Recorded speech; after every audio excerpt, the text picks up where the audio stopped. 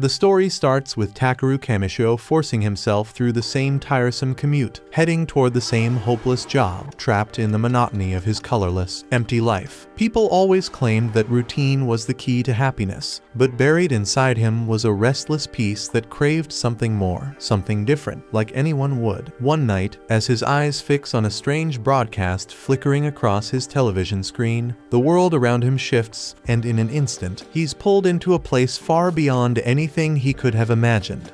Then a mysterious man appears before him, claiming to be the overseer of the entire solar system. Kamishiro stares in bafflement and asks if that makes him some sort of alien. The figure shakes his head, saying he's closer to a deity, then shows Kamishiro a planet known as Madius. No matter what is tried, Madius fails to prosper, and its civilizations rise and collapse over and over again. The cycle of failure has lasted too long, and the man has decided on a radical approach. He's gonna hit the planet with just one single drop of water, because even that tiny amount can stir up massive waves that flip the world upside down, and to Kamishiro's shock, he has been chosen to become that drop of water. Kamishiro is overwhelmed by the weight of this duty, but the deity calmly explains that he's no longer alive anyway.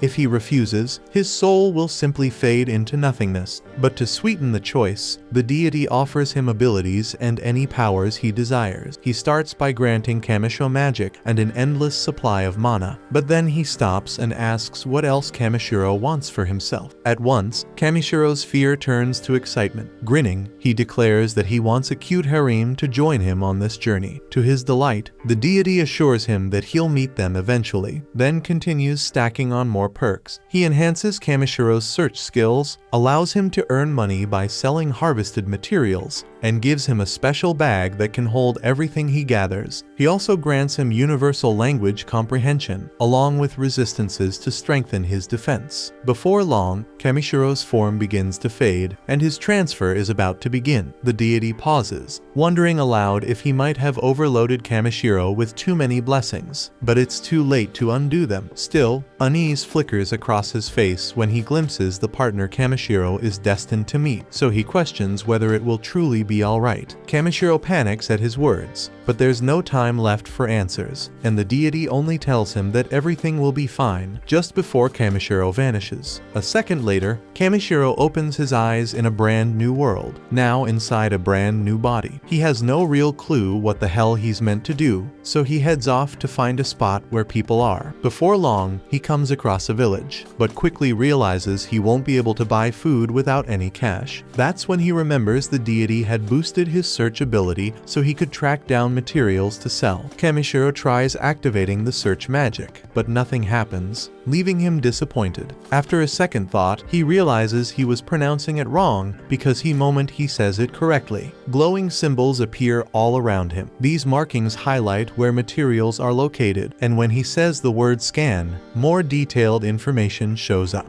Thrilled with how useful the ability is, Kamishiro feels lucky when the very first item he picks up turns out to be ranked B. He then spends more time collecting everything that pops up under the ability, but most of them end up being junk. Almost all are marked as E rank, though one strange shiny rock catches his attention. It looks valuable because of how polished and bright it seems, only to reveal itself as an ant's poop. He's baffled why it gets ranked as a C, but still satisfied since he learns the things he can sell are sorted by different marks, and his search skill points them out easily. With his bag now stuffed full, Kamishiro rushes off to the village, eager to see how much cash he can make. At the gate, the guard assumes he's a knight because of how ridiculously tall he is, but Kamishiro quickly explains he's just a material gatherer. The guard, who introduces himself as Marlowe, says that kind of work is rare, and though the village doesn't have a shop specialized for materials, they do have a general store, so our boy heads straight there. And when he shows the shopkeeper the poop, the man's eyes practically sparkle. He identifies it as droppings from a hammer anteater and is absurdly impressed by its perfect shape and rich color, praising Kamishiro for finding such a fine specimen. He offers him 5 gold coins for it. Kamishiro has no idea what that's worth, so the shop owner explains, A single night in the inn costs 500 raves, and 1 gold coin equals 1,000 raves. Kamishiro quickly calculates in his head and realizes the man is about to pay him the equivalent of 50,000 yen for literal crap. When Kamishiro accepts, the shopkeeper gets overly excited and even rubs the damn thing on his cheek like it's treasure, making Kamishiro stand there in disbelief that someone is cherishing a freaking ant poop. Kamishiro then lays out the rest of his haul, and the shopkeeper stares in disbelief that Kamishiro managed to gather everything on his own.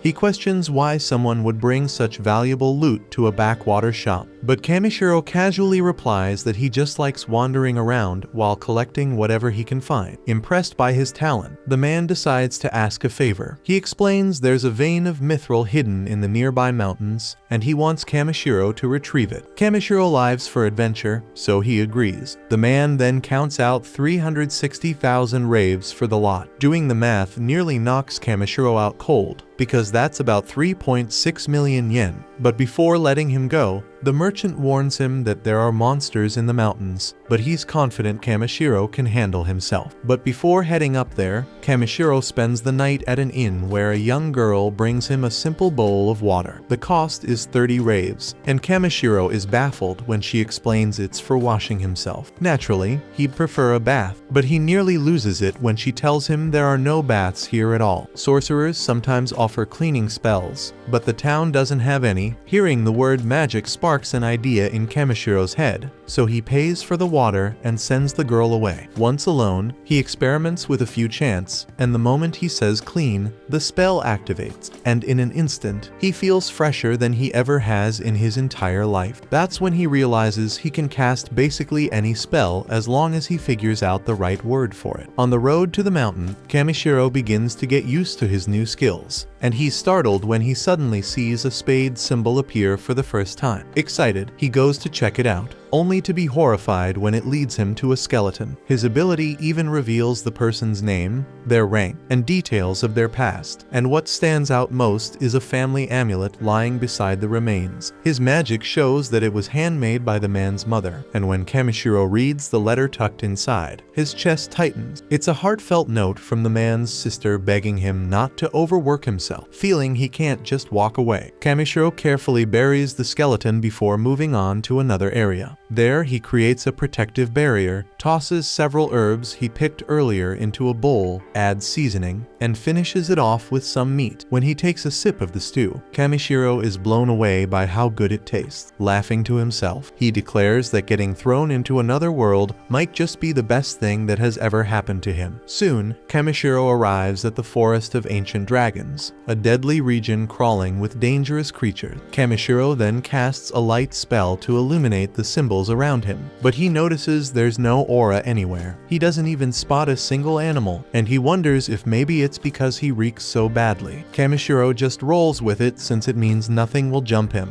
and he exhales in relief when the edge of the forest comes into view. Unluckily, it also happens to be the end of the ground under him, and Kamishiro plunges straight off a cliff. He frantically blurts out every magic word he can think of, but none of them do shit. Float does nothing. Levitate is useless, but when he finally yells fly, the spell activates. Kamishiro lands safely below and cheers when he sees ore symbols glowing all around. He immediately starts gathering whatever he can, but he still doesn't turn up any mithril ore. Eventually, he spots a faint mark deep inside the mountain wall, so Kamishiro says blaze and hurls a fireball to blast it open. It works flawlessly, revealing mithril at last, though not in large amounts. The cave then begins rumbling, threatening to collapse, but Kamishiro stubbornly presses deeper. He eventually discovers a chamber with water so pure it leaves him stunned, and the scan reveals it as double his rank, making it the most precious resource he's seen yet. And the description says the water holds the magical essence of an ancient dragon, meaning a dragon must be living here. Kamishiro chooses not to panic and starts preparing to collect as much as possible. But before dumping out the plain water in his container, he decides to test if the dragon water water is even drinkable, so he scoops up a handful. At that moment, a massive dragon bursts out of the pool, and he's pissed that Kamishiro hasn't acknowledged his presence. Kamishiro freezes in shock, while the dragon is equally shocked that Kamishiro managed to endure his oppressive aura. Panicking, Kamishiro quickly kneels on the ground and apologizes for barging into the dragon's home, and the beast respects his courage. Kamishiro introduces himself, stating plainly that he's human,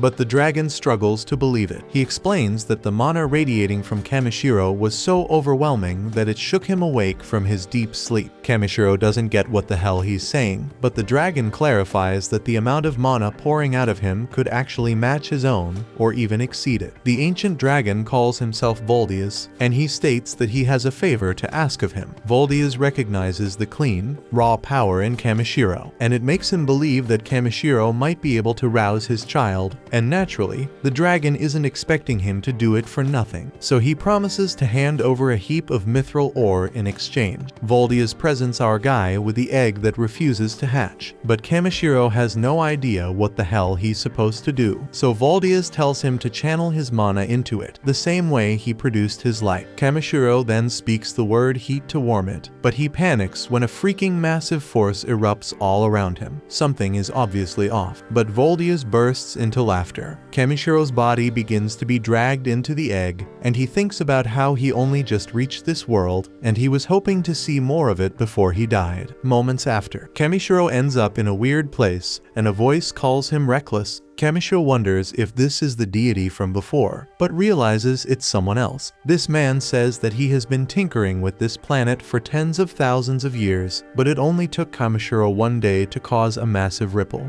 and he isn't happy about that. Kamishiro has no idea what this man is even getting at, but the man simply casts him away. Kamishiro is bewildered when he returns to the world, but relieved when he sees that he managed to make the egg hatch. Voldius asks Kamishiro to name the newborn, but Kamishiro isn't sure if he should. Voldius says it's fine because the child already has its true name, and he only wants Kamishiro to give him his everyday name. Kamishiro agrees to it and christens the baby dragon Bee for Black. Then Voldius tells Bee to roam the wide world as much as he desires, and the hatchling immediately joins Kamishiro's party. Kamishiro notes that the little guy was just born, and questions whether it's smart for Voldius to let him leave with a stranger like him, but Voldius isn't concerned, and he points out that Kamishiro is stronger than he is, and he feels safe in trusting his child in his care. Voldius then delivers Kamishiro's reward by firing a beam at his magic bag, then bids him farewell. Kamishiro then formally asks Bee if he will come with him on his gathering journey, and the tiny dragon chirps his agreement. Kamishiro couldn't be happier, but before setting off, he takes a moment to use magic to clean up his new partner, because the funky little dragon stinks like hell. Afterward, Kamishiro starts heading to the surface, taking Bee with him for his first taste of the world above. With nightfall making forest travel dangerous, and his stomach already rumbling, Kamishiro chooses to set up camp and wait it out until sunrise. Inside Kamishiro's item box, we find that he's carrying a stash of SS ranked elemental water. This isn't just ordinary water. It's saturated with magical essence drawn directly from an ancient dragon's overflowing power, so it's crucial for raising a young dragon like Bee. In fact, Kamishiro's stash is linked directly to the underground lake, thanks to Voldius, so he tells Bee to drink as much as he likes because they've got an unlimited supply, and Kamishiro wants the little guy to grow up strong and healthy. Bee then insists Kamishiro take a sip too, and when he does, he's amazed by the water's clarity and purity. Before night fully sets in, Kamishiro uses a few enchanted stones to form a protective barrier around their site. According to a book he picked up from Jerem's shop, these stones are highly valuable, but thanks to the divine blessings he received, Kamishiro can produce them without much trouble. Curious about how they work, he uses one to ignite a fire and starts preparing dinner. He then seasons a cut of meat with care and throws together a hearty stew. It's only his second attempt at cooking this dish, but it tastes so good he feels like he could eat it every day. Bee can't stop staring at the bubbling pot, clearly mesmerized by the aroma. So Kamishiro serves him a portion and warns him to wait because it's still hot. But the impatient hatchling dives right in and ends up burning his tongue. Acting like a proper guardian, Kamishiro cools it down first, and this time B is able to enjoy every bite. With a full belly, B winds down peacefully, and Kamishiro feels relieved knowing he can eat solid food too,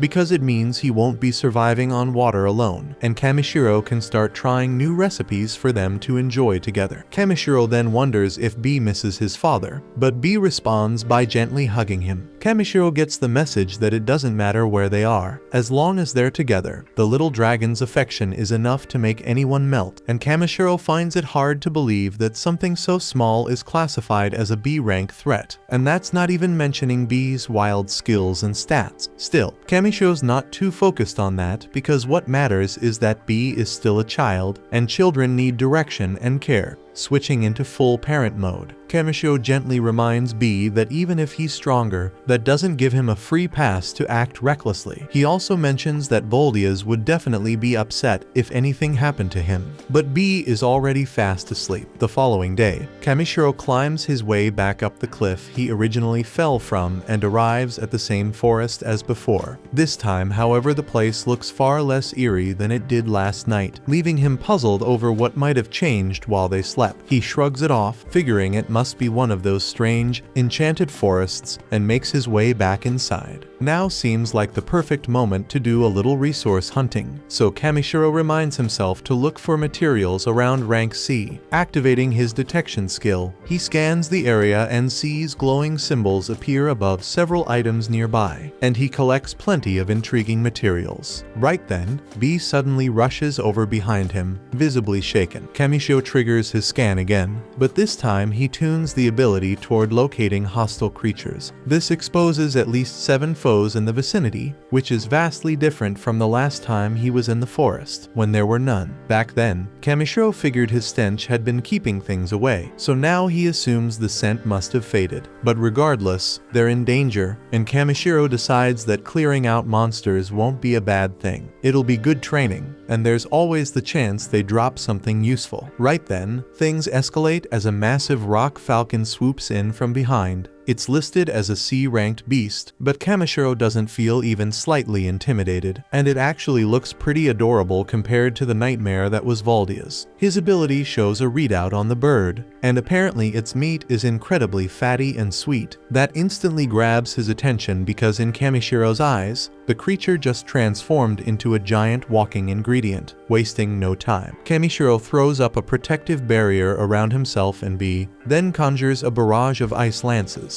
While he doesn't enjoy taking lives, he tells himself that if it's for survival, he has no choice. With that resolve, he fires the projectiles, piercing the bird with precision, and celebrates fresh, high-quality meat secured. B nervously warns that the rest of the monsters have shown up, but Kamishiro only sees them as bonus ingredient. Before the beasts can strike, he chants quick to boost his speed and reduction to lighten his frame, launching into the air to avoid the first attack. Kamishiro coats both arms and legs in a hardening spell and slams down onto one of the monsters. His punches carry far more force than he expected after being reinforced, and his kicks are quite effective too, as he smashes another wolf. Kamishiro is pleased with this new tall frame of his because kicks are far more effective with his extra long leg. After mowing through the rest of the pack, he pauses for a breather and begins collecting the mountain of premium meat he just earned. After collecting the materials, Kamishiro notices more monsters starting to close in from the distance. Realizing that pushing forward through constant combat isn't realistic, he pauses to think of a way out. B, overhearing his concern, flaps over and attempts to carry them both away, but it's not exactly easy. Kamishiro suggests trying a different tactic, but the determined hatchling refuses to give up and starts lifting his human companion with all his strength. Kamishiro is genuinely impressed by B's power and decides to help by casting a reduction spell on himself to make his body lighter. The result is a bit too effective, and the two end up soaring high into the sky, while calmly floating upward. Kamishiro tells tells B they're gaining too much altitude. In response, B lets go, causing Kamishiro to scream as he free falls toward the ground. But thankfully, B catches him just in time before he hits the earth, and Kamishiro is just relieved they both made it out safely. A quick glance at the map confirms they've traveled quite a long way, and he thanks B for his effort in getting them away from danger. Kamishiro reminds him that he's only human, so maybe next time the dragon should take it a bit easier, but B clearly doesn't understand what the fuss is about. Kamishiro brushes it off and says it's fine, then adds that he'll be depending on B again when the time comes. Delighted by the compliment, B squeezes Kamishiro in a hug so strong it nearly crushes him. As they continue walking, Kamishiro comments that the village is still several days away. B, however, seems far more interested in a stick Kamishiro has in his hand. It's just a branch he picked up earlier, but when Kamishiro scans it with his ability, it's revealed to be from Yggdrasil, the mythical tree of legend and ranked at SS grade. Right then, B seems to get an idea and starts breathing all over the branch. Kamishiro watches in confusion, unsure what the little guy is up to, until suddenly the branch begins to transform into a staff. Apparently, B's breath is saturated with mana, and by enveloping the branch with it, he triggered its hidden potential. Now Kamishiro's left holding a fully formed magical staff, and he's told everyone he's just a low-key material collector, so the thought of being spotted carrying something like this makes him uneasy.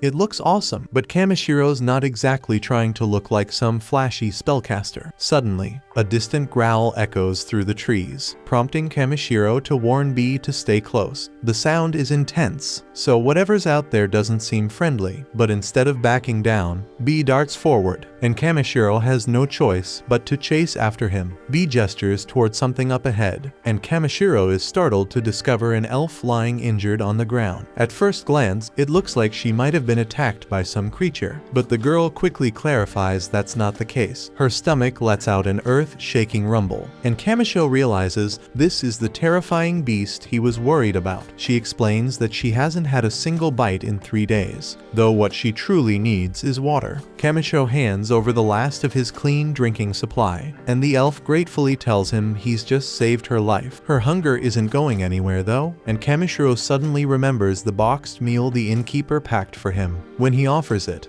the elf accepts without hesitation, and Kamishiro quietly notes that she's nothing like the graceful, elegant elves he read about in books. A moment later, he grows concerned when she suddenly stops eating, but it turns out she's just overwhelmed by how good the food tastes. She looks like she's seeing stars, whispering that she's reached heaven, though Kamishiro casually mentions that it's probably just because she was starving. With over-the-top flair, she claims she's been brought back to life by the taste alone. Still, Kamishiro feels something is a little off. They aren't that far from town, and certainly not far enough to completely run out of supplies. She tries to explain it away, saying she left in a hurry, but that excuse doesn't quite sit right either, because most travelers pack food just in case. The elf gets irritated with the interrogation, but before she can come up with another excuse, he's hit by a foul smell that derails the conversation completely. He always imagined elves would smell like blooming flowers and crisp peppermint, not like livestock shit. Deeply offended, the girl snaps back, saying it's not her fault because she's been roughing it outdoors for days. Still frustrated by the insult, she thanks Kamishiro for the help, then storms off before he can say anything else. Once she's gone, Kamishiro returns to gathering materials, and as they finally reach the edge of the woods, just as they step out, the two are thrilled to see a passing carriage approaching right on time. Kamishiro stares in awe as the carriage rolls into view, not pulled by a horse, but by a freaking unicorn. While majestic, unicorns are surprisingly common in this world and only considered an E-rank creature. The driver spots Kamishiro's staff and asks if he's a magician of some kind, but Kamishiro quickly clears that up, saying he's nothing more than a material collector and trader. The man is even more impressed by this, noting that someone who specializes in gathering is a rare find. Kamishiro didn't expect that kind of response and quietly admits to himself that he wouldn't exactly call himself a specialist. The driver kindly offers him a ride back to the village, but Kamishiro hesitates, pointing out that he's a tall guy and might not fit comfortably. Fortunately,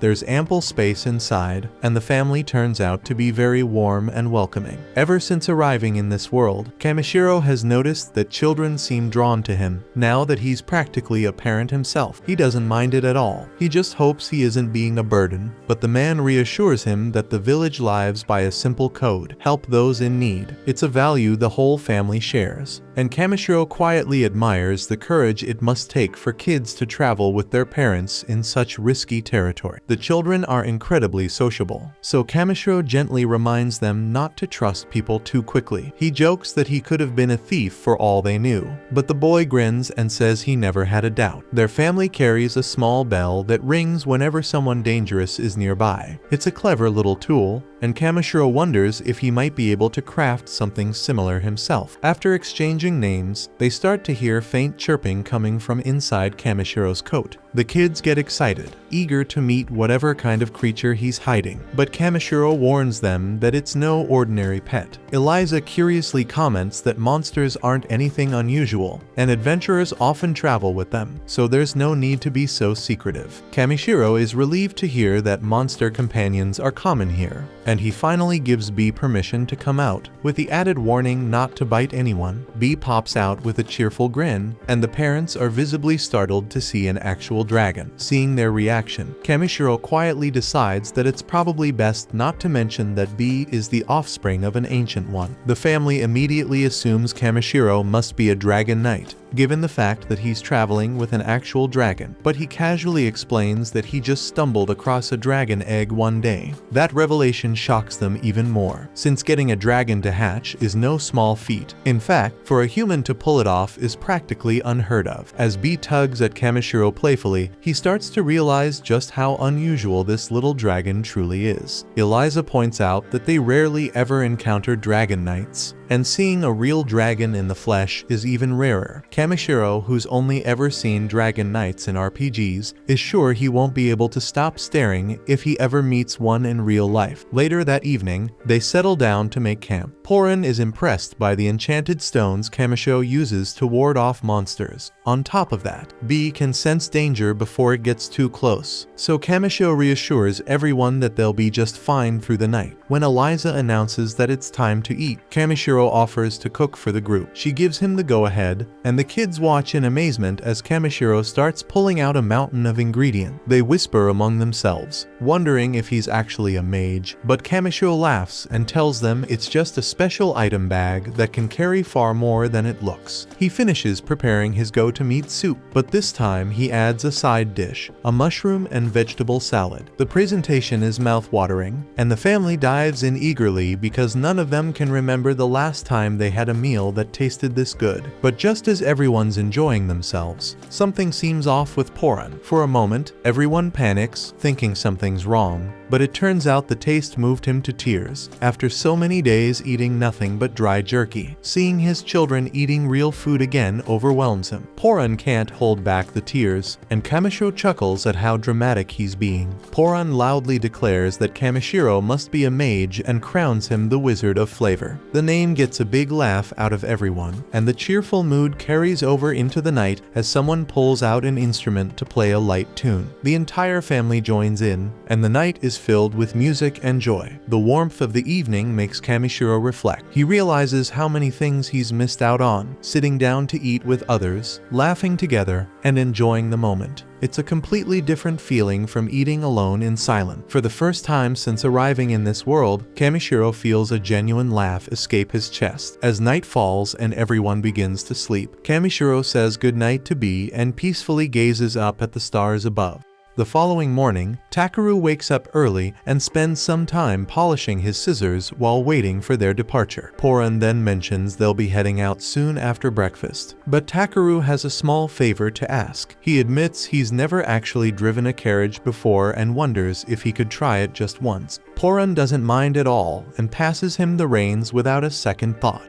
Not long after, they reach the village. Takeru hops down from the carriage, and Porin thanks him for sharing his meals. But Takeru insists he's the one who should be grateful. After all, he didn't have to walk the whole way back by himself. With that, Poran and his group ride off, and as they disappear into the distance, Marlowe watches them go and quietly remarking that spring must finally be here. Takaru raises an eyebrow at the comment and asks what he means. So Marlowe explains that Poran is a weaver by trade. Every year, he travels south to warmer lands for work, and the trip is always hard on his family. Since he can't hunt during those journeys, they barely get by on scraps, which explains why he was so thrilled to try Takaru's cooking. Realizing what Poran goes through, Takaru starts to feel lucky because his ability to collect ingredients and materials has made things much easier for him. Later that day, Takaru visits Jerome's shop to hand over the materials he had been tasked with collecting. As a small experiment, he quietly slips one piece of magic-infused mithril ore, the kind he picked up from the dragon's lair, into the batch of regular mithril, just to see how Jerome reacts. The shopkeeper takes his time, carefully inspecting every piece. Eventually, he pauses and points to the odd one out, declaring that it must be a rare magic-infused mithril. Jerome explains that a few chunks of this stuff hold enough magical power to replace most of the kingdom's standard magic stones. Takaru pretends to be surprised, though he already knew exactly what it was. Jerome is impressed that Takaru managed to stumble upon something so rare, but Takaru shrugs, saying he just happened to come across it during his trip. Jerome doesn't buy the modesty. Even if it was just lying around, being able to recognize and retrieve a stone like that takes skill. He tells Takaru that if he really wants to make the most of his abilities, he should head to Belkane, a major city with a much bigger market. As much as Jerome doesn't like the idea of letting go of someone with so much potential, Takaru would have access to a wider selection of goods and better opportunities there. He only asks that when Takaru eventually makes a name for himself, he remembers to send a few good customers back to his shop. Takaru wasn't really aiming for fame or recognition, but the idea of heading to a major city sparked his curiosity. Once he got back to the inn, he decided to learn more about Belkane. There, he discovered that the city had a well-established adventurers guild, one that handled quests from across the entire nation. The adventurers were organized into various roles: combatants, support types, and other specialties. Since he was now living in a different world, Takaru thought it might be fun to experience life as an adventurer, traveling from place to place. He set his sights on joining the guild in Belkane, but before heading out, he still had some unfinished business here in Tormy. First, he made his way into town to drop off the monsters he'd captured so they could be processed. With that taken care of, he spent the rest of the evening celebrating with the villagers, eating, drinking, and enjoying their hospitality. The following day, Takaru returned to the butcher. By then, all of the monster parts had been cleaned and prepared, giving him more than enough food and spices to keep him stocked throughout his trip. The woman behind the counter said the village would feel a little emptier without him, and that a lot of locals had been hoping he might stick around longer. Takaru admitted he'd missed the place too, but there were still so many places he wanted to see, and so many people left to meet. He couldn't stay in one spot just yet. The woman smiled and said she understood, and that she wouldn't try to convince him otherwise. Before he left, she handed him a cloth bag. Inside, she'd packed a full set of meals for the road. Actually, it was more than just one. She'd stuffed the bag full of travel lunches. Takaru was touched, and it looked like food wouldn't be a concern for quite some time. Later, back in his room, there was only one thing left on his mind: what to do with the magic mithril ore. Jerome had told him it was far too valuable for him to buy, which left Takaru unsure of what to do with it. Throwing it away was out of the question, but since the ore contained a strong magical presence, he began to wonder if he could use it to create something useful for the village as a way to say thanks. That's when his eyes landed on the lamp sitting on his table, and an idea clicked. He grabbed the magic ore and tried merging it with the lantern. It didn't take long before he figured out the right process, and with a burst of light, he succeeded in crafting a magical item. The following day, just as he was about to leave, the entire village gathered to see him off. Takaru thanked them for all their kindness. As a token of his appreciation, he presented the item he'd made. He explained that it was an enchanted tool designed to generate a protective barrier around the village, one that would repel anyone with harmful intentions. The villagers were stunned by the gesture. While they deeply appreciated it, some of them hesitated,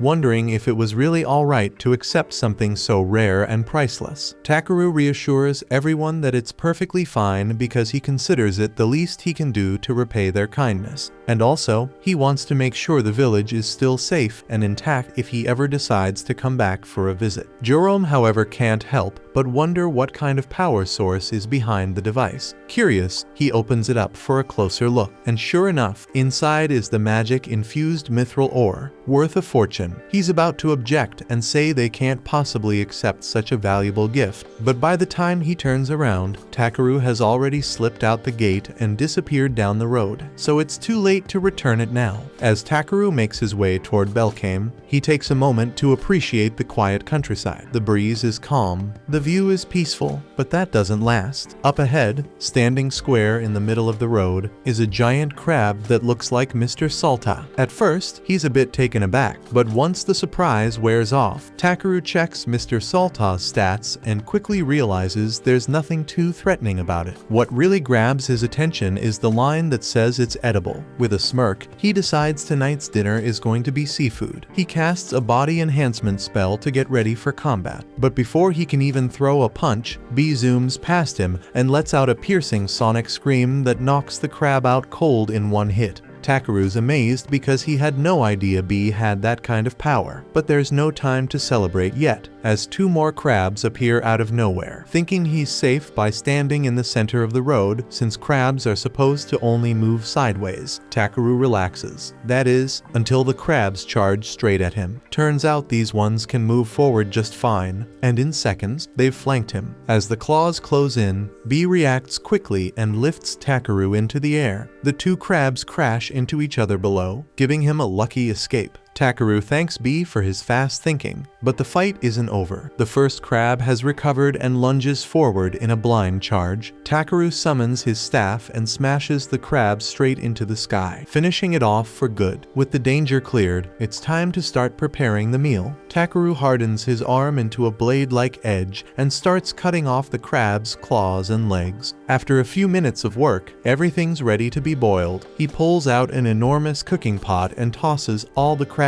parts in. He adds water, a generous amount of salt, and lets everything cook for a few hours. When it's finally done, the two of them sit down to eat. The crab meat is delicious, sweet, rich, and perfectly cooked, so Takeru and B devour every bite. From now on, Takeru decides he's going to start hunting and eating as many monsters as he can. If every battle leads to a new kind of meal, then he's all in. After a few days, Takeru and B finally arrive at the gates of Belkame. He stops for a moment, taken aback by the sheer size and grandeur of the city's fortified walls. They're massive and beautifully built and far more impressive than anything he's seen so far. As he approaches, he notices a long line of travelers waiting to be inspected before entry. Takeru joins the line, but before it's his turn, he discreetly casts a spell to mask his magic bag because he figures it wouldn't be a great idea for the guards to find out he's carrying an item with infinite storage. When his name is called, Takeru is led into a separate inspection room by the guard. One of them begins checking through his belongings, while the other asks about the reason for his visit. Takeru replies that he's here to register with the Adventurers Guild. The guard nods, saying that makes sense because Belkame is home to the largest guild on the entire continent. He doesn't think Takeru looks suspicious, but protocol is protocol, so he tells Takeru they'll be running a scan using something called Avarice. Takeru blinks because he's never heard of it before, so he asks how it works. The guard explains that Avarice is a magical tool designed to detect if someone is hiding anything shady. Takeru agrees, and the guard holds out the device, scanning him from head to toe. After a few seconds, the results come in, and nothing out of the ordinary. Feeling curious, Takeru activates his ability and takes a peek at what the guard actually saw. A stat window pops up, showing that Takeru is marked as a magic user. Nothing else. That's a relief because none of the powerful skills or blessings he got from the deity showed up, which means his secrets are still safe. The guards give him the all clear, but just before letting him go, one of them stops him with another question. It's not a serious issue, but he's curious why Takeru's stat window shows a blessing of the dragon's tag. Takeru calmly explains that it's probably because of his pet. He calls B out, and the tiny dragon emerges, and both guards are stunned by how adorable she is. Fortunately, there are no regulations against pet dragons in Belkane, so they give him permission to enter the city with her. The only condition is that she needs to wear some kind of tag or mark to show she belongs to him, in case something happens. Takeru didn't bring a collar, but then he remembers the lucky charm he received from Poron's kids a few days ago. He pulls it from his bag and carefully ties it around B's tail, and the guard nods in approval that it'll work. They mention that they'll still need to submit a formal notice to the mayor's office about a dragon being registered in the city, but that's their job, and Takeru doesn't need to worry about it. After returning his bag, they point him down the main road and tell him that if he keeps going straight, he'll eventually reach the Adventurers Guild. As Takeru steps into the city for the first time, he's blown away by how lively and beautiful it is, far beyond what he expected. Just then, B points her tiny claw toward a large building at the end of the main street. Judging by its size and design, it's definitely the Adventurers Guild. Without hesitation, Takeru heads over and steps inside for a look around. Not long after, a woman named Ariana walks up and greets him warmly, welcoming him to the Adventurers Guild Europa. They're always happy to welcome new members, so she invites him over to the front desk to begin the registration process. She hands him a form and asks him to write down his name and current job. It sounds simple, but for a moment, Takeru pauses and realizes something odd. He still doesn't understand how he can read and speak the language of this world so fluently. After filling everything out,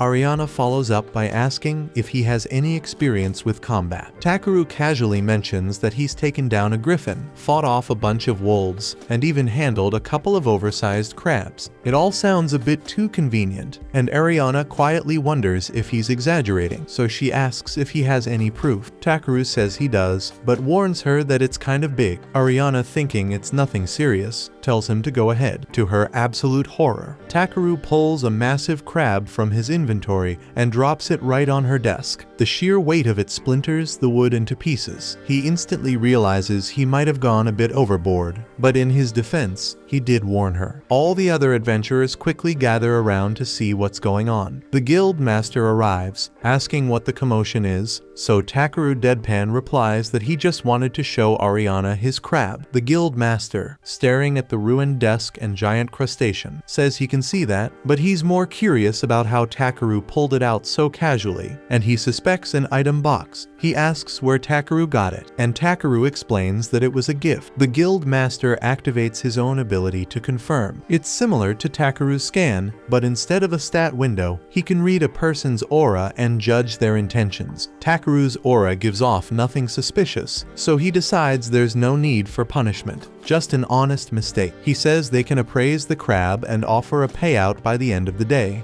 but Takeru surprises everyone again by saying he actually plans to eat it later. The entire guild goes silent, stunned by the statement. The crowd grows even larger, so Ariana hurries to wrap things up and suggests they move to the next room. Once they're seated at a different desk, Ariana tells him the crab definitely proved his strength. No doubt about that. She then finishes processing the paperwork and hands him his official guild armband. She admits that someone of his caliber should probably be starting at a much higher rank, but guild rules are strict, and every newcomer starts at F rank. That said, with skills like his, she expects him to move up fast.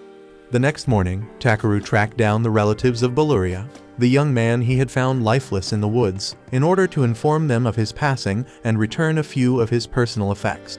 Beluria's family is devastated, especially since they had pleaded with him not to pursue adventuring, but he remained resolute in his decision, believing it was the only way to earn enough to pay for his father's medical treatment. Takeru can see plainly that the man is still severely ill and burdened by the family's grief. He begins to wonder what he can do to help ease their hardship. Later, he visits the guild to sell a collection of herbs, and the clerk is visibly impressed by the sheer size and quality of the mushrooms and leaves he's brought in. Right then, Ariana shows up looking for Takeru, and it seems he's gained a strong reputation around town lately. as several new job postings have specifically requested him by name. Takeru is glad to know that people hold him in such high regard, but with limited time, he explains to her that he'll only accept a few tasks for now. Following that, Takeru heads to the bathhouse for a long, soothing soak, and a short while later, Clay arrives and takes the spot directly beside him. Takeru is caught off guard by his appearance, since Clay usually doesn't show up around this time, but he mentions that rain's on the way, so he wanted to bathe early. While they're there, Clay brings up a question and asks if Takeru knows how to use healing magic, since there's been talk that he treated a sick man in the slums free of charge not long ago. Takeru confirms it's true, and Clay is genuinely shocked to hear it, considering that most healers ask for a hefty payment. As Takeru reflects on it, he begins to wonder whether the healers who do charge might hold a grudge against him for upsetting their business. But the fact that this is his only concern makes Clay chuckle. He then urges Takeru to take the official rank assessment so he can move up in rank. But Takeru replies that he's content with how things are and has no real desire to climb any higher. Clay recognizes that Takeru has a laid-back nature, but still cautions him that maintaining such a low profile could eventually attract the wrong kind of attention. As he gets up to leave, he advises Takeru to gain a better understanding of how the world operates. Later, Takeru returns to the guild with another batch of herbs, and the clerk sincerely thanks him for his consistent effort, though he once again wishes Takeru would pursue a higher rank, one that would be easily attainable for someone of his skill. Takeru, however, repeats that he's content right where he is and has no plans to rise beyond F rank. Right then, a sudden uproar erupts inside the guild as news breaks that a large horde of goblins has been sighted near the city. The guild master immediately issues a directive for all adventurers rank D and above to prepare for combat. He then turns to the receptionist and inquires if any rank adventurers are available to participate in the operation.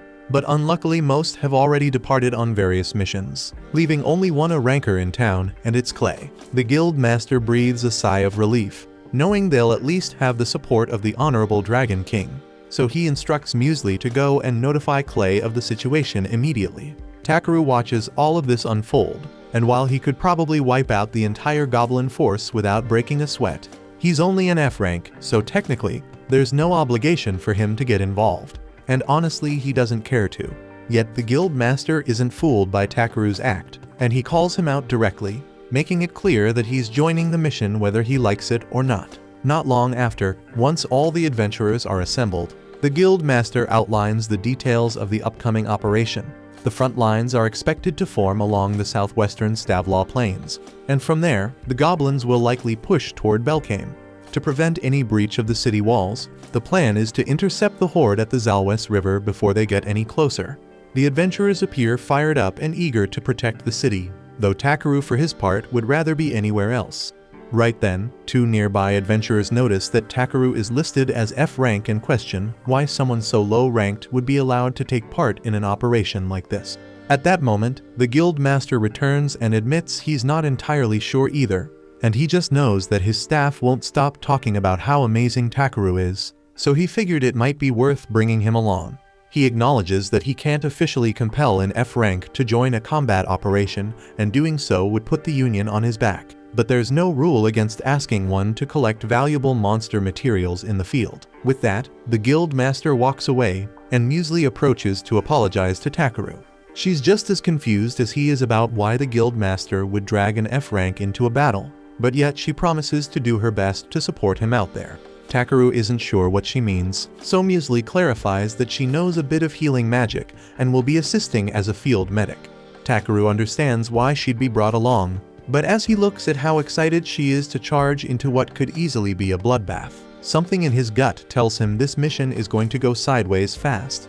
Not long after, Takeru and Muesli arrived at the rear outpost, and the instant they get there, she gets startled by a bird and instinctively latches onto Takeru's arm. He politely asks her if she could let go, but Muesli is far too shaken to loosen her hand.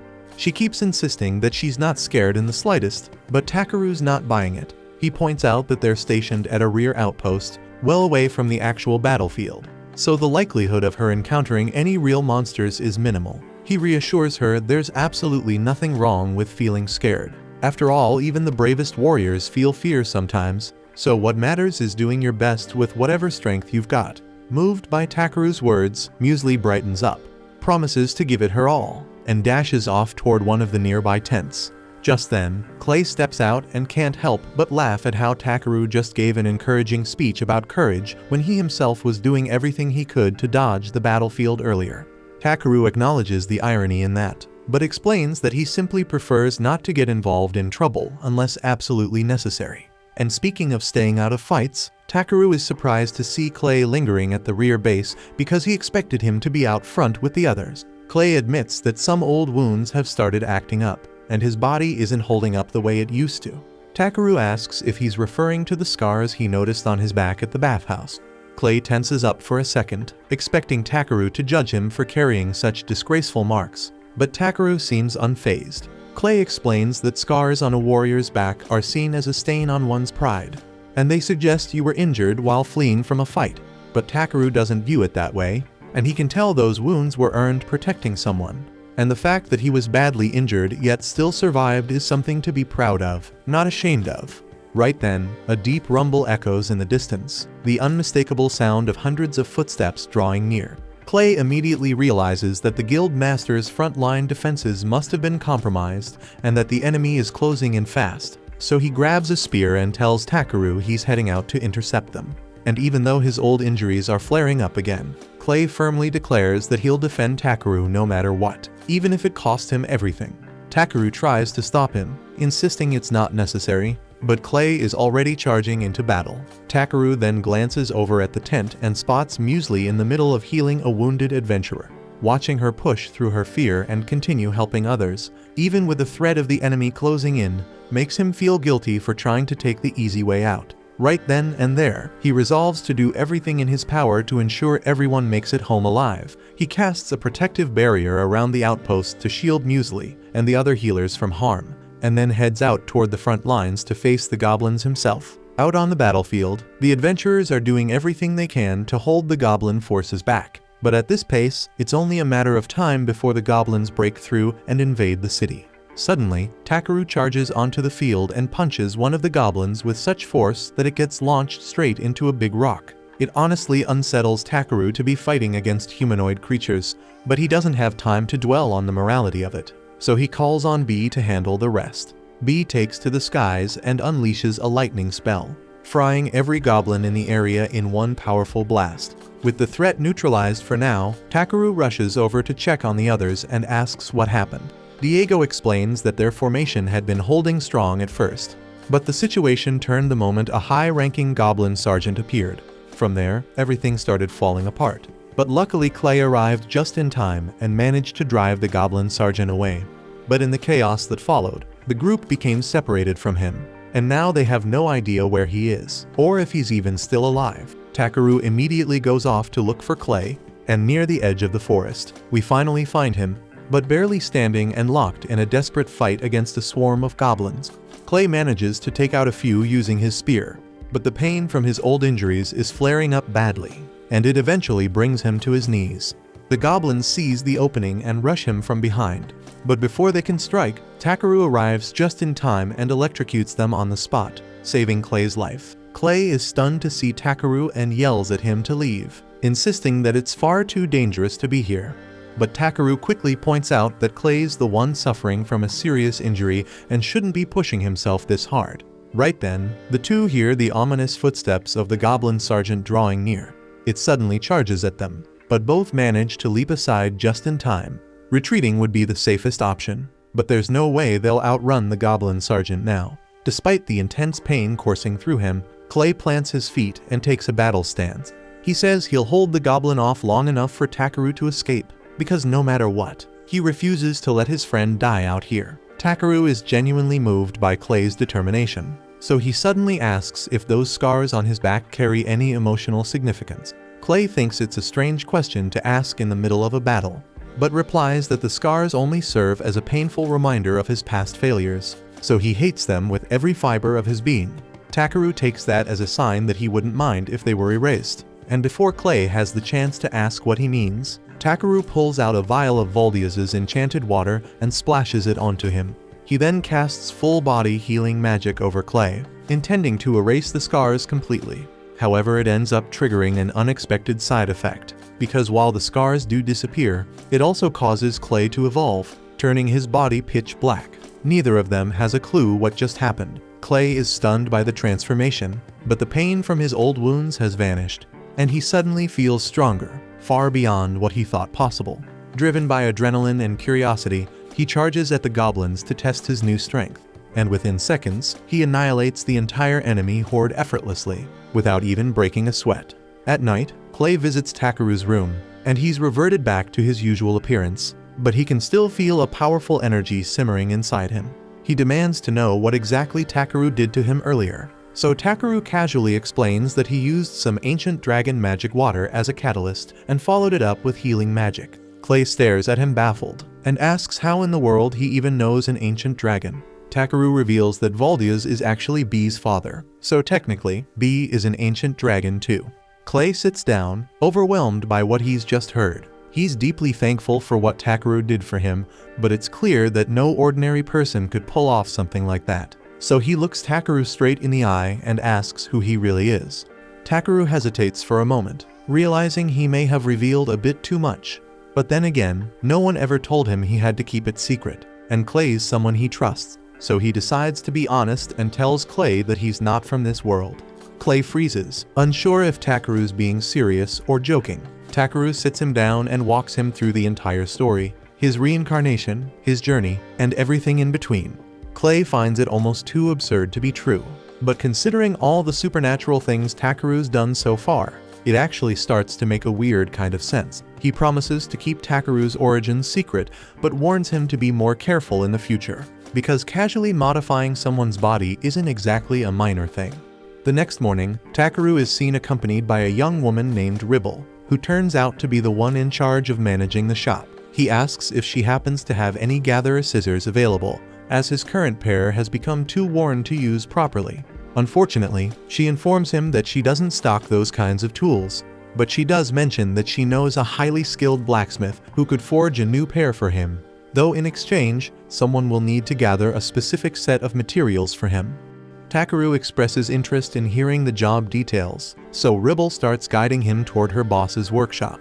As they make their way through the halls, Takeru catches sight of several blacksmiths working diligently in the forge.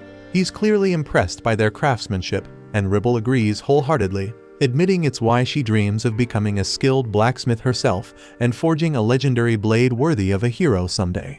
Eventually, they arrive at the workshop, and Reborn proposes the idea of having Takeru gather some Ildra ore, the rare mineral required to forge the sword, but her boss shuts it down instantly, saying there's no way he's letting a gatherer venture into those damn mines. Reborn pushes back, suggesting he should at least consider it, and the two begin arguing, while Takeru remains confused, having never even heard of Ildra ore. The boss explains that his refusal is due to the mines being infested with monsters, and there are even rumors of demons lurking deep inside, so he can't in good conscience let Takeru take that risk. Reborn admits that the number of miners has recently dropped, but the boss figures she conveniently left that part out when talking to Takeru. He tells her bluntly that any blacksmith willing to endanger others for personal ambition has no right to wield a hammer. Realizing her mistake, Reborn sincerely apologizes to Takeru and tells him to just forget about it. But despite the risk, he still seems intrigued and asks whether Ildra ore is truly the only material capable of making the sword. Reborn confirms that it is, so Takeru offers to gather the ore in return for a specially crafted pair of scissors. The boss turns to him and asks if he even paid attention when they mentioned the monster threat. But Takeru calmly replies that he's capable of handling anything down there, so they shouldn't worry. To prove it, he pulls out one of the crab claws he's kept with him.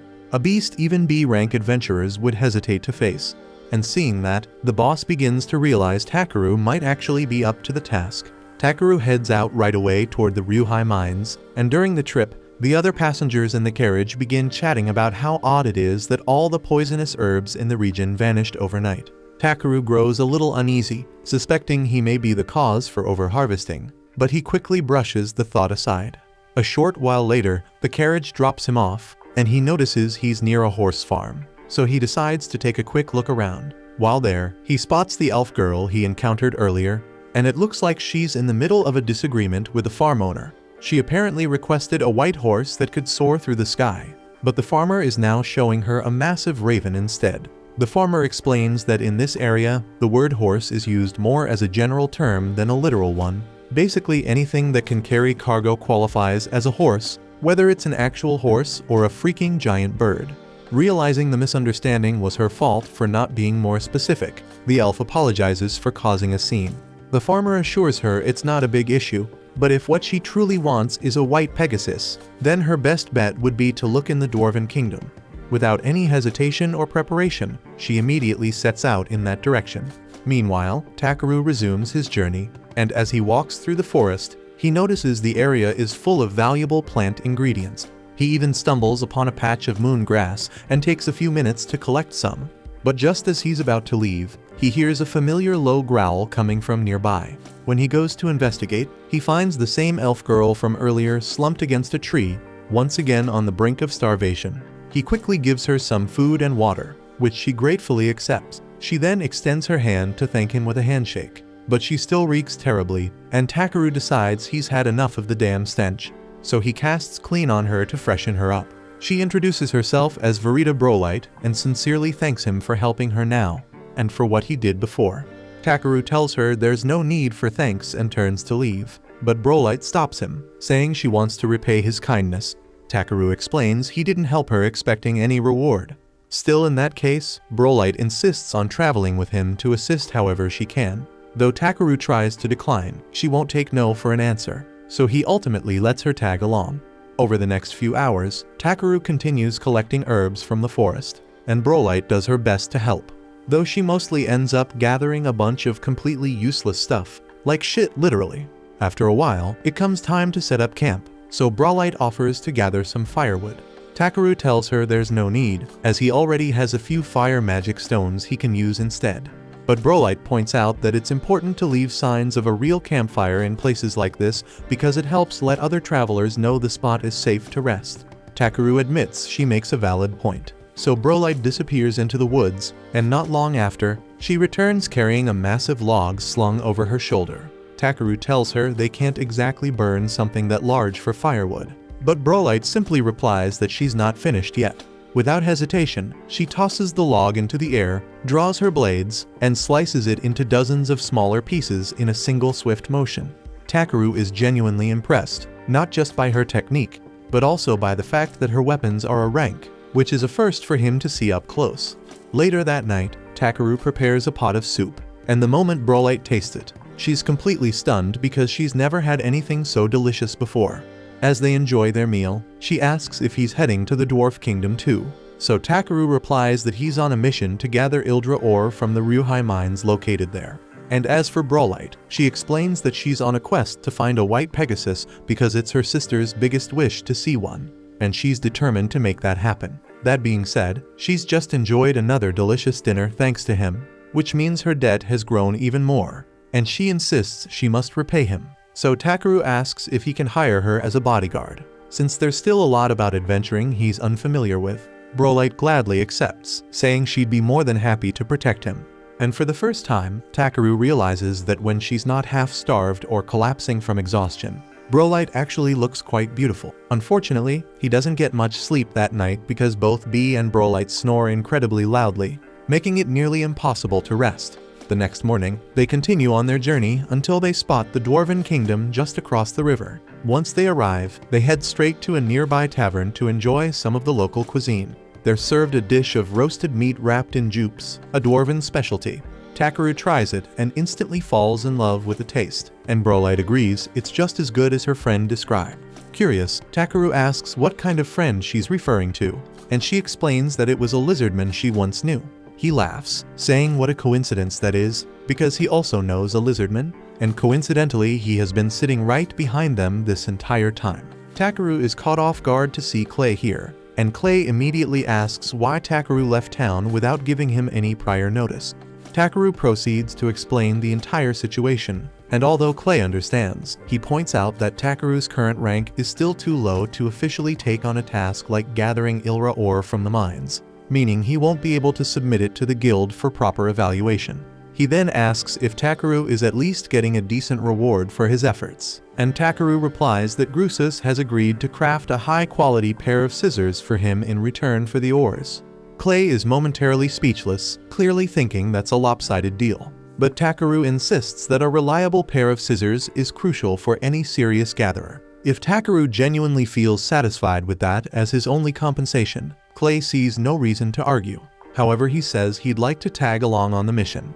He was already planning to head into the city to get his spear repaired anyway, so he suggests Takeru just consider it a slight detour. But before Takeru has the chance to turn him down, Berlin unexpectedly chimes in, suggesting Clay take on the role of Takeru's bodyguard as well. So it seems like Takeru is now stuck with their company whether he likes it or not. The following day, they make their way to the gates of Vostrial, and they're met with a lengthy line outside, so it looks like they'll be waiting quite a bit to get in. That is until Takeru notices Clay speaking with the guards nearby, and a few minutes later, they're waved past the crowd and granted direct entry, thanks to Clay's reputation. Once they're inside the city, one of the guards pulls Clay aside to deliver a message. The king is requesting an audience with him. This completely surprises Takeru because he had no idea Clay was on a first-name basis with the ruler of the Dwarf Kingdom. Clay brushes it off, saying the story is kind of long, but the guard interrupts and says it's actually pretty straightforward. Apparently, Clay once saved them from the Thunder King Zengum, and ever since, he's been celebrated across the kingdom as a hero. Clay, however, insists he didn't actually do much. The dwarves are master craftsmen when it comes to forging weapons, but unfortunately, they weren't able to wield them effectively to defend themselves, which left them vulnerable to being enslaved by a demon. Then one day, Clay just happened to be passing through, and as soon as the demon saw him, it turned and fled without a fight. That moment alone was enough for the dwarves to declare him their savior. They even went as far as erecting a statue in his honor, though apparently sculpting isn't their strong suit, because the final result looks more like a freaking T-Rex than Clay himself. A short time later, Clay and the others make their way to the castle to meet with King Zorwadin. As soon as they arrive, Clay immediately demands to know who thought it was a good idea to make a statue of him that looks like that. Zorwadin replies with a laugh, saying he just thought it looked cool that way. Takeru quickly picks up on the fact that Clay and Zorwadin seem to have a close relationship, but he needs to cut into their banter because there's something important he has to deliver to the king. A letter of introduction from Grusas, essentially requesting permission for Takeru to enter the mines. The king says that under normal circumstances he wouldn't have an issue with it, but a few months ago, the mine became infested with an alarming number of demons, so he's concerned for Takeru's safety.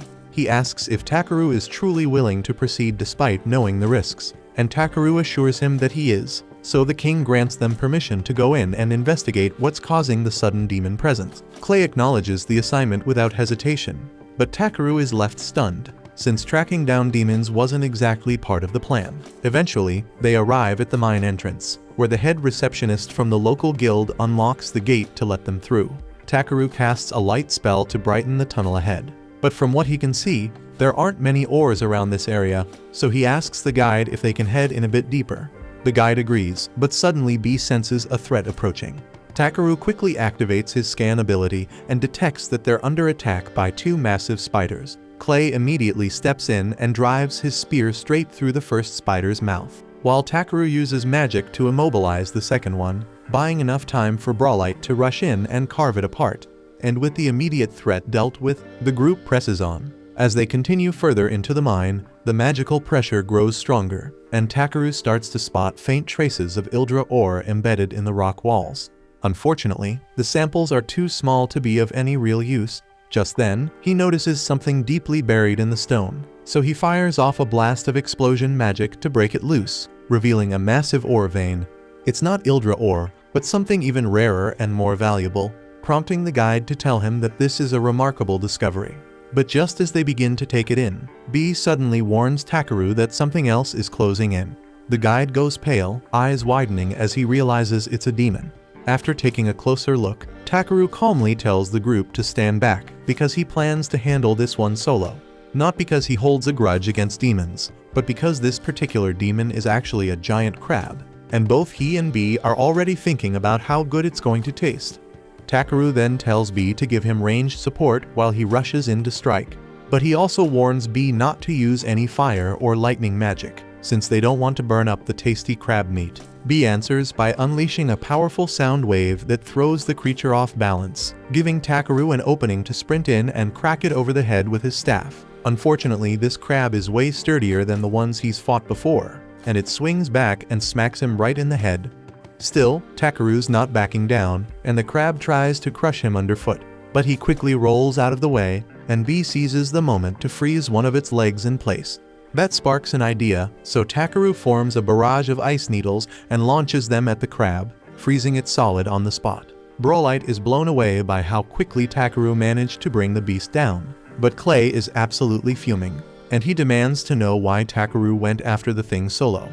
Takeru admits he might have gotten a little ahead of himself, and says he didn't want Clay or Brolite stepping in because if they used their nasty weapons, it might have ruined the meat. Clay is stunned that Takeru actually intends to eat the monster. Still, he sets that aside and reminds Takeru that he's here as his bodyguard, which means it's his job to fight and protect him no matter what. He urges Takeru to start relying on his teammates more often, and even though Takeru had no real trouble dealing with the crab on his own, he acknowledges Clay's point and offers a sincere apology, promising to count on him more in the future. Clay is happy to hear it and says that if Takeru plans on eating the crab, they'd better get started dragging it out of there. Sometime later, Takeru and the others have moved the crab's body and are now busy mining. They've already cleared out the visible gems, but Takeru thinks there's a decent shot they might uncover a bigger ore vein if they keep digging. The guide accompanying them is beyond grateful because Takeru didn't just take out the demon that had been terrorizing the mines. He also helped discover a fresh supply of valuable resources, and the guide has no idea how they'll ever repay him. Eventually, Takeru and his group return to the castle to meet with the king, and Zambo takes the lead in reporting their success. The king listens in amazement as Zambo goes over Takeru's achievements, and as proof of the story, Zambo encourages Takeru to show him the crab monster he caught. Takeru checks to make sure he really wants to see it, and once the king nods, he opens his item box and sets the massive crab down right in front of him. The king is stunned by the sheer size of the monster and tells Takeru he definitely deserves a reward for handling it so well. So Takeru asks if he can keep the crab's body as his reward. The king finds the request a little odd, but he has no objections and happily agrees. After some time, Takeru and the others exit the castle, and both he and B are practically drooling at the thought of the mouth-watering crab feast waiting for them. And above all that, its sturdy shell will make an excellent base material for the pair of scissors Takeru requested earlier. So overall, the trip ended up being a big win for him. And things get even better the following morning, when the king has a white Pegasus prepared as a gift for Brolite, since he heard she'd been searching for one. The king also had Clay's spear reforged and upgraded, and he's clearly satisfied with the result. Brolite announces that she needs to head home, as the Pegasus is technically a gift to her sister, and she expresses her heartfelt thanks to Takeru for everything he's done. He tries to brush it off and tells her it was nothing, but she insists that she'll find a way to repay him, even if it takes her a lifetime. Afterwards, Takeru and Clay return to the guild, and Ariana greets them the moment they step through the door. She's relieved to see Takeru back safely, but she's caught off guard when she notices Clay with him, so she immediately asks if the two of them have formed a party. Takeru is about to explain that they just ran into each other by chance, but before he can say a word, Clay cuts in and confidently declares that they have indeed formed a party. Ariana lights up at the news, and before Takeru can correct her, she's already off to inform the guild master. Takeru turns to Clay and asks why he'd say something like that, but Clay shrugs and says there's no harm in it. He knows Takeru's not your average human, and he clearly has a knack for stumbling into all kinds of trouble. So Clay figures someone's gotta be around to keep him in check. As much as Takeru dislikes being cornered into things, he admits to himself that having Clay as a partner might not be so bad after all. The two of them then sit down for a proper chat, and before long, they officially agree to form a party, which they call the Azure Black Brigade. After that, Takeru heads over to the smithy to drop off the materials he gathered, and the moment the shop owner lays eyes on all the raw Ildra Takeru brought in, he's absolutely floored. Takeru begins to worry that something might be off, so he had assumed that bringing pure Ildra would be more valuable than regular Ildra ore, but now he's beginning to doubt himself. He asks if they'll still be able to complete the project using the Ildra he delivered, and both Ribble and Grusas are instantly moved to tears. They never imagined they'd ever get their hands on such an untainted form of Ildra. Takeru feels relieved that they're pleased with what he brought, though he certainly wasn't expecting such an emotional reaction. Once the two finally compose themselves, they turn to Takaru and explain that while they're incredibly grateful, there's simply no way they could afford to pay him for the full value of this much pure Ildra. But Takaru quickly tells them not to worry about money, since what he really wants is a custom-made pair of scissors, forged just for him. And before they get started on that, he asks them to use this Ildra to craft the finest sword they've ever made, one worthy of winning the upcoming swordsmithing contest. About 2 weeks later, Takaru is at the tavern enjoying a cold mug of beer when he's suddenly interrupted by Wade. Wade says someone important is looking for him, and they left behind a letter requesting a meeting. Clay takes one glance at the seal on the envelope and immediately recognizes it as the crest of the House of Lusilevach. Wade goes on to explain that the letter is from the local lord himself, and Takaru doesn't like where this is going, because it already sounds like the kind of headache he'd rather avoid. He starts thinking up excuses to dodge the meeting, but Wade reassures him that, while the man is a noble, he's not the uptight or overbearing type, so there shouldn't be any trouble. Trusting Wade's judgment, Takaru opens the letter to see what it says. Inside is a formal invitation for both Takaru and Clay to visit the Lord's manor so he can personally bestow honors upon them. Clay is caught off guard that his name was included too, but Wade explains that the Lord likely heard the two of them had recently formed a party and decided to invite them as a pair. While the idea of being honored sounds nice on the surface, Takaru has a feeling this whole ceremony is just a convenient excuse to get him to show up. Clay agrees, suggesting that the real reason for the invitation might be B. Since baby dragons are extremely rare, the Lord probably just wants to lay eyes on one. That idea sets Takaru on edge, and he doesn't want to risk someone trying to take B away from him. But Wade assures him that the Lord wouldn't pull anything like that, and more importantly, he doesn't even have the authority to claim someone's pet. Takaru's still a bit uneasy, but after thinking it over, he decides to go. So he and Clay hop into the noble's carriage and head toward the manor for the meeting. As they head toward the manor, Takaru starts to notice that a lot of people are staring, but Clay tells him that's perfectly normal. After all, it's not every day someone gets summoned to the Lord's estate. Takaru asks why that is, and Clay explains that if the Lord chooses to back you, your entire career as an adventurer can shift dramatically for the better. So it's something almost every adventurer dreams about. Once they arrive, Takaru is struck by how massive and elegant the manor is. At the front entrance, they're greeted by Raymond, the head butler of the estate. He politely welcomes them and leads them inside, right past the grand foyer. Takaru spots a line of maids waiting to greet them, and he's genuinely impressed by how polished and coordinated everything seems. As they approach the staircase, a man walks by, but rather than acknowledging their presence, he throws them a dismissive glance and carries on like they're invisible. Takaru brushes it off because he's not easily rattled by rude behavior. But just a moment later, a young girl suddenly darts down the stairs and starts demanding that he hand over B, saying she wants him for herself. Takaru coolly replies that there's no chance of that happening, and the girl looks stunned, like no one's ever told her no before. She begins lecturing him about how dragons are noble creatures, and that, as such, only someone like her should be allowed to own one. But she's clearly reciting something she was told to memorize. While she's rambling, Takaru opens her status window and sees that her name is Tiris, the Lord's daughter. She doesn't strike him as a bad kid, so he kneels down and gently asks her why she believes she deserves B in the first place. Tiris becomes slightly flustered and admits that Bernard told her all adventurers are beneath nobles, and that if you give them an order, they have no choice but to follow. That explains a lot, and it's clear Bernard has been filling her head with nonsense. But Takaru doesn't have a clue who that guy is. For now, he calmly tells Tiris that B isn't just a pet, he's part of his family, and there's nothing in the world that would convince him to give him up. When Tiris hears him say that, something clicks. She finally understands that asking Takaru to give away B is like someone demanding she give up her own family, and she knows she could never do something like that. Curious, Takaru asks why she wanted a dragon so badly in the first place. Tiris quietly explains that she hoped to show one to her mother, because it's one of her mother's deepest wishes, but just thinking about it fills her with sadness. At that moment, a man approaches, notices the gloomy look on Tiris's face, and gently asks her what's the matter, baby girl. Tiris turns toward him and calls him daddy, so Takaru quickly realizes this must be the Lord, and he's honestly taken by surprise, since he'd been imagining some bald, chubby old guy instead. The man gives his name as Belmonent, and once they sit down together for tea with Takaru and Clay, He offers an apology for his daughter's earlier rude attitude.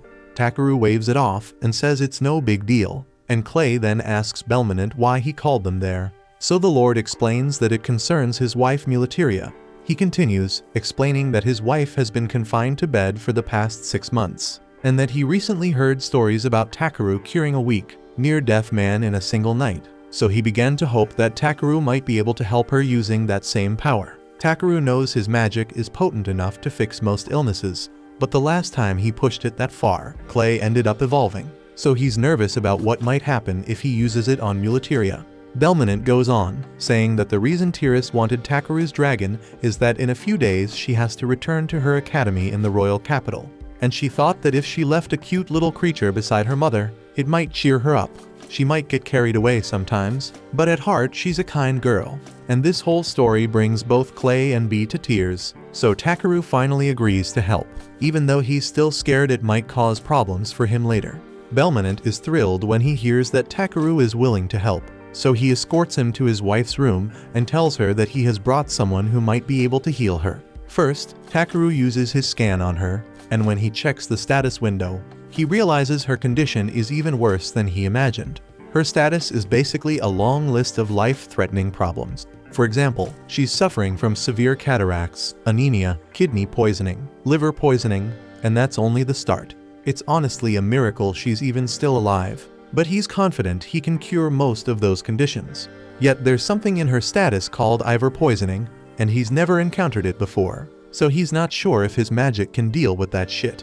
Even so, he won't know for sure until he tries, so he asks Belmonte if he's willing to entrust his wife's life to him, and both the Lord and Muleteria quietly agree to place their full faith in Takeru's hands. That concludes this episode. Thank you for watching. If you want to see the next part, be sure to subscribe to the channel and turn on the notification bell.